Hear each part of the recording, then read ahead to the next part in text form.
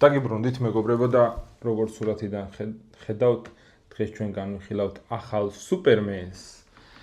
შევეცდები მაქსიმალურად სპოილერების გარეშე განვიხილო და შევაფათებთ ისე სამი კრიტერიუმით: ვიზუალი, სიუჟეტი და ხმა. მოდი ამას ბოლოსკენ გადავდებთ და როგორც გვჩვევი ხოლმე მე ამოვანათებთ იმას, რა ქვია, საბოლოო შედეგს. რა მინდა ამ ფილმზე თქვა? თავიდან როდესაც სუპერმენი ჩემთან ასოცირდება, ძალიან ბავშვობიდან უყურებ კომიქსებს და ჩემი ერთ-ერთი ყველაზე საყვარელი გმირია რა. ბავშვი თუ ხარ, გიყვარს რა. გინდა შეხედე, გინდისე. და ყველანაირი სუპერმენი მაქვს ნანახი, რაც კი გადაუღიათ საერთოდ ალბათ. ჩემთვის ყველაზე ფავორიტი დღემდე არის ზაკ სნაიდერის და რეჟისორით გადაღებული და ჰენრი კევილის სამსახიობო ნიჭით. ჩემი აზრით სუპერმენისთვის არის თვითონ ეგ როლი რაც არის, მაგისთვის არის შექმნილი. მაგრამ დღეს მაგ ფილმზე არა ვართ, სხვა ფილმზე ვართ. მოკლედ, ამ ფილმზე რომ მივდიოდი, ისეთი განწყობა მქონდა, რომ მეგონა რომ არ მომეწონებოდა რა. რაშიც შევცდი, ვაღიარებ, შევცდი და როდესაც ფილმზე მივედი, ტრეილერები თითქმის ყველა ვნახე და ასე თუ ისე იქ არ ჩანდა მთავარი ბოროტმოქმედი ვინ იყო რა. როდესაც მთავარ ბოროტმოქმედს ხედავ, გაოცების შეგრძნება გაქვს, რაც ძალიან კარგია. ფილმს შეუძლია რომ გაგაოცოს. ფილმი, სნაიდერის სუპერმენი, რატო ადარებ ახლა, ბევრი შედარება გვექნება ამ სუპერმენთან რა. არის საერთოდ სხვანაირი, უფრო ძლიერი და უფრო შედარებულია მეტად ღმერთ კაცთან, ვიდრე ეს სუპერმენი რა. მაგალითად ერთ-ერთ მომენტს ვიტყვი რა. აქ სუპერმენის მშობლები, მის რა ქვია, დედამიწაზე მშობლები რა, ჩვეულებრივი ხალხი არიან რა, ფერმერები. რაც ოკეია რა, ძალიან კარგია რაღაცა ის ფილოსოფია მაგაში და რაღაცაში არ ჩანს. უბრალოდ ჩანს რომ უყვართ თავიანთი შვილი. რაღაცნაირად კეთილი ფილმია რა, ასახსნელად კიდე ცოტა რთულია, თუ არ ნახე რა. ტრეილერს ნახავდით სუპერმენის ძაღლ კრიპტოს რა, რომელიც ძალიან კარგი ტიპი, კარგად ჩანს ამ სუპერმენში, რომ სუპერმენი არის თავისი არსით კეთილი არსება რა. როგორ ეხმარება მაგალითად ციხვს როგორ გადაარჩენს, ბავშვებს, ხალხს, მეტწილად იმედს გაძლევს სუპერმენი, რაც ევალება ეს სიმბოლოც მაგას ნიშნავს, იმედს სუპერმენის იმაზე. აქ ესი რომ არის, იმას ნიშნავს იმედს. მოკლედ, ზაკ სნაიდერის სუპერმენი საერთოდ სხვა სუპერმენია, რომელიც ტოპია, იმის იქ სუპერმენი ვეღარ იქნება ჩემთვის. მაგრამ ეს სუპერმენი ძალიან კარგია რა, მიდიხარ და ქსიამოვნებს, არ არის ძალიან გადატვირთული რაღაცეებით, სნაიდერს უყვარს ძალიან ბევრი ბიბლიური შედარება და რაღაცეები, რეფერენსები. აქ არ არის რა, აქ პირდაპირ ყველაფერი მზად არის და ზოგჯერ უბრალოდ ზაფხულში გინდა რომ ტვინი გათიშო და უბრალოდ უყურო, იკაიფო რა და მოგეწონოს ფილმი, რასაც მაგის საშუალებას გაძლევს, მუსიკა ძალიან კარგად, კლასიკური სუპერმენის მუსიკა რაც არის, მაგის, ასე ვთქვათ, ელექტრო რემიქსი შექმნეს რა. ალბათ ეგრე ქვია, არ ვიცი როგორ ქვია, მაგრამ ძალიან კარგადაა მუსიკაც, ვიზუალის, რა თქმა უნდა, გრაფიკაში არის შეცდომა, იმიტომ რომ ვერ გადაიღებს სუპერმენს, თუ ამის შეცდომა არ დაუშვი, გავიხსენოთ სუპერმენის ულვაშები, როგორ დასრულდა ეგ ისტორია. მოკლედ, ძალიან კარგი ფილმია.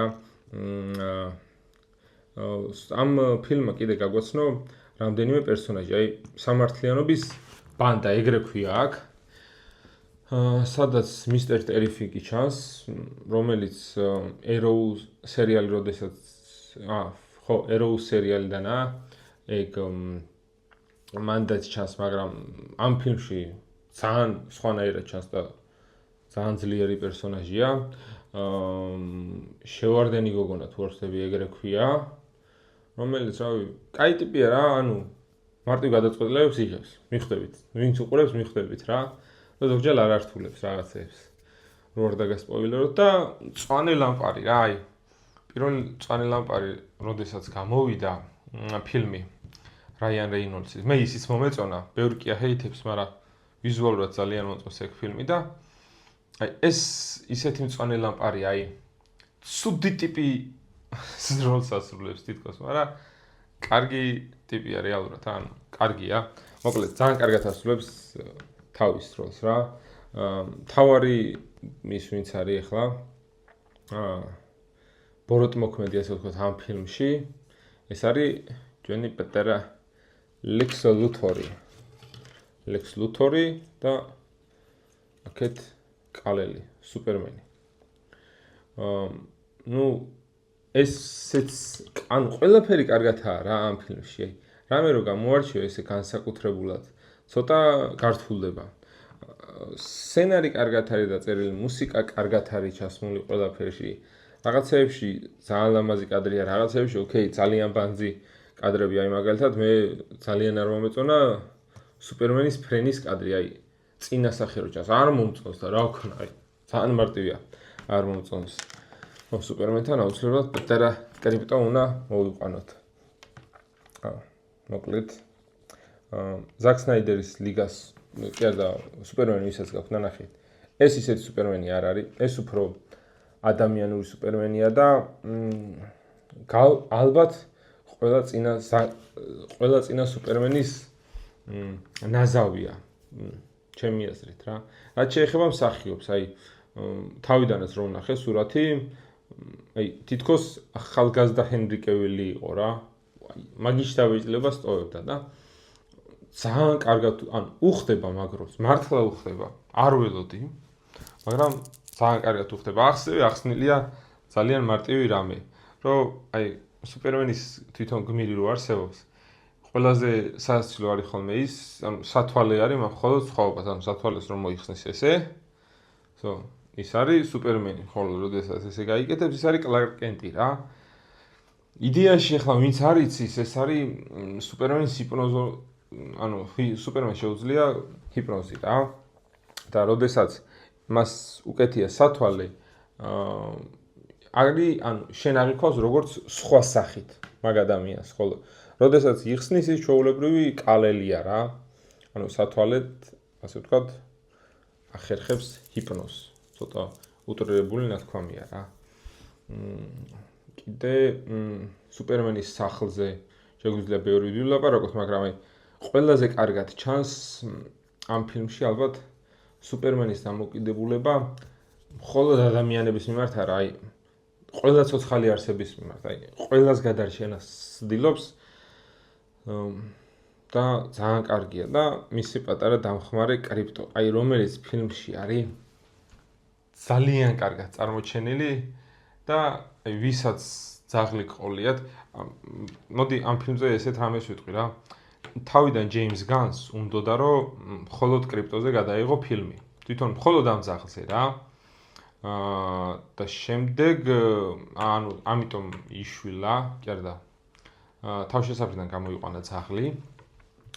და ეს სუპერმენი ერთგვარად არის გადაღებული მას, ანუ სუპერმენში ის არის სუპერმენი არის ჯეიმს განის პროტოტიპი, ასე ვთქვათ და კრიპტო მართლა მაგის ძაღლის ანალოგია, იმიტომ რომ უბრალოდ თეთრი, ან ჯეიმს გან ყავს რუხი და ეს ფილმში არის თეთრი, მთლიანად ამ ძაღლის კომპიუტერული მოდელი შექმნეს და უბრალოდ თეთრი ფერი გაუკეთეს რა. ამის შემდეგ სხვათა შორის ძალიან გაიზარდა პროცენტულად ძაღლების თავშესაფრიდან შვილება, რაც კარგი და მართლა კარგია რა, რომ ურთხილდებით ამ ძაღლებს. ხო და ბოლოს ისე მოხდა, რომ ჯეიმს განმა ერთმანეთში გააერთიანა კრიპტო და სუპერმენი და ისე მივიღეთ ეს ფილმი რა. ძალიან კარგი დამოკიდებულება აქვს ერთმანეთთან, კარგი ქიმია აქვს და ბოლოშიც არ დაგასპოილერეთ, მაგრამ ერთ-ერთ გადამწყვეტ როლს თამაშობს ჩვენი პატარა კრიპტო. რაც შეეხება ახლა, აი მაქსიმალურად ვცდილობ რომ არ დაგასპოილეროთ. და პრინციპში არც არის ბევრი დასასპოილერებელი არაფერი. ვიღაცებს შეიძლება ვიღაცებმა რაღაც მომენტი შეადაროთ ახლო აღმოსავლეთის მოვლენებს. ეს ფილმი დაწერილი და გადაღებული არის სანამ ეს მოვლენები დაიწყებოდა მანამდე და თვითონ ჯეიმს განი ამბობს, რომ არ ვიცოდიო ეგეთი რაღაც თუ მოხდებოდაო, მაგრამ ფაქტია ძალიან ემთხვევა ბევრ რამეში რა. ფილმის პოსტკრედიტ სცენებს რაც შეეხება ამას ბოლოს ვიტყვი. ამ ვიდეოს დასასრულის ერთი იდეა მაქვს და მაგიტო ვიტყვი ბოლოში. მოკლედ შევაფასოთ ფილმი რა. ვიზუალურად ალბათ ფერები ვიზუალში გამოვყოფ ფერებს და კომპიუტერულ გრაფიკას. ფერები არის 10-დან 10, კომპიუტერული გრაფიკა ალბათ 7. ჯამში 8 დაუწეროთ. 8 იმაში, რა ქვია, ფერებში. მუსიკაში გამომდინარე იქიდან, რომ მეტი წილი მაინც ერთი მომენტია, რომელიც კლასიკური მუსიკის პანკ როკ ვერსიად არის გადაკეთებული. ეგ მონაკვეთი მოუწოს 10-დან 10-ზე. დანარჩენი, ჩვეულებრივი მუსიკებია, ალბათ მუსიკაც 8 და სიუჟეტის განსაკუთრებული სიუჟეტი არ არის რა. მართლა რვიანის სიუჟეტია რა. შეიძლება ბევრს არ მოეწონოს, მაგრამ ეგრეა რა. დადან კარგად ჩანს წესით. რვიანის ფილმია რა. კარგი რვიანი. რომელსაც შეუძლია რომ მეორე ნაწილში 9-ად გადაიქცეს, ალბათ. ხო, ეხლა რა შეეხება იმას, რა ქვია, პოსტკრედიტ სცენებს. ფილმი არის თუ ისე. მაინც ვერ განვიხილეთ. ანუ რაღაც მომენტები არც ვიცი რა განვიხილოს, იმართლე რო გითხრათ. სიუჟეტურად გამართული არის თუ არა, არის გამართული, არის თუ არა რაღაც ისინი, რა ქვია. ჩავარდნებიც არის, მაგრამ ეს არის DC-ის ახალი სამყაროს პირველი ფილმი. ხო, თუ არ ვწდები, თუ იმას მშვიდობის ყოფილი სერიალია. ფილმი როგორც აესტი ეს არის რა და კარგი დასაწყისია. და ვნახოთ ჯეიმს განი როგორ განავითარებს ამ იმას, რა ქვია. DC Cinematic Universe. მე ზოგადად DC-ის ფანი ვარ და Marvel-ის. ანუ DC მირჩევნია Marvel-ს. ვაღიარებ პირდაპირ. არა მაქვს პრობლემა ამის.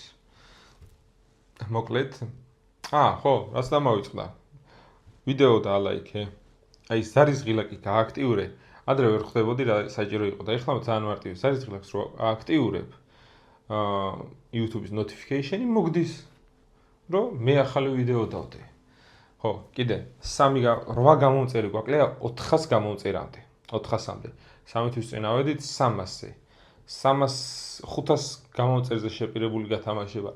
ისევ ძალაშია ფეხბურთელების ქარდები, ასე რომ გააზიარეთ ეს ვიდეო. ძალიან გამიხარდება მართლა ყველას გიცნობ თან მე ჩემ გამომწერებს. ყველანი მიყვარხართ და ვიცი რომ მიყურებთ. ვიღაცები მიყურებთ და ვინც ბოლომდე მიყურებთ ხოლმე განსაკუთრებულად დიდი მადლობა თქვენ. მაგრად მევასებით, ვინც აქამდე მოხვედით რა. და რაც შეეხება ფინალურ პოსტკრედიტ სცენებს. პირველი სცენა ისეთი არაფერი არა, მაგრამ მეორეში თქვენ ნახავთ